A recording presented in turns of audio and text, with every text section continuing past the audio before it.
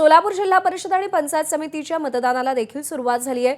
थंडीमुळे पहिल्या तासाभरात संथ गतीने मतदान सुरू असल्याचे चित्र पाहायला मिळते।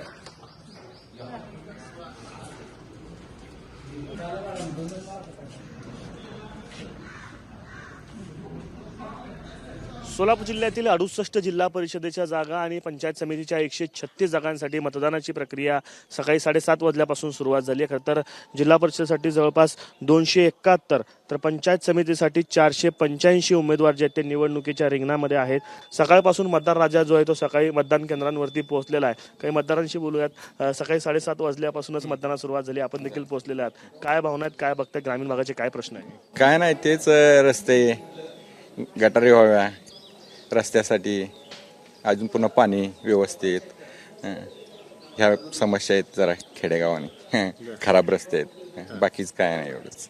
काय रस्ता, वीज, पाणी, एवढंच प्रश्न आहे। दुसरं काय लागतंय? हे सगळं बघून मतदान करताय? सगळं बघून मतदान करताय। तरुणांचे प्रश्न काय सोडले जातात? आमच्या गावात तरुणांना जास्त डेव्हलपमेंट आहे त्यांच्या ह्याच्यानुसार। काय काय बघून मतदान करताय, म्हणजे डोळ्यासमोर काय ठेवलेलं आहे विकासाचे प्रश्न या निमित्तानं? शिक्षणाला, मुलींच्या शिक्षणाला वगैरे गावातून जास्त प्रतिसाद आहे। खूप काही प्रश्न मुलांचे, जे काही यंग जनरेशन आहे त्यांच्यासाठी चांगला डेव्हलपमेंट करत आहेत, त्यामुळं ते सगळे हे करून आम्ही मतदान केलेलं आहे। या संपूर्ण निवडणुकीमध्ये सोलापूर जिल्हा परिषदेमध्ये सत्ता कोणाची येते हे देखील पाहणं महत्त्वाचं असणार आहे आणि मतदानाचा टक्का जो आहे तो यंदा वाढतो का हे देखील पाहणं या निमित्तानं महत्त्वाचं असणार आहे। कॅमेरा पर्सन युक्तागदीसह आफताब शेख, एबीपी माझा, वडवळ, सोलापूर। एबीपी माझा, उघडा डोळे बघा नीट।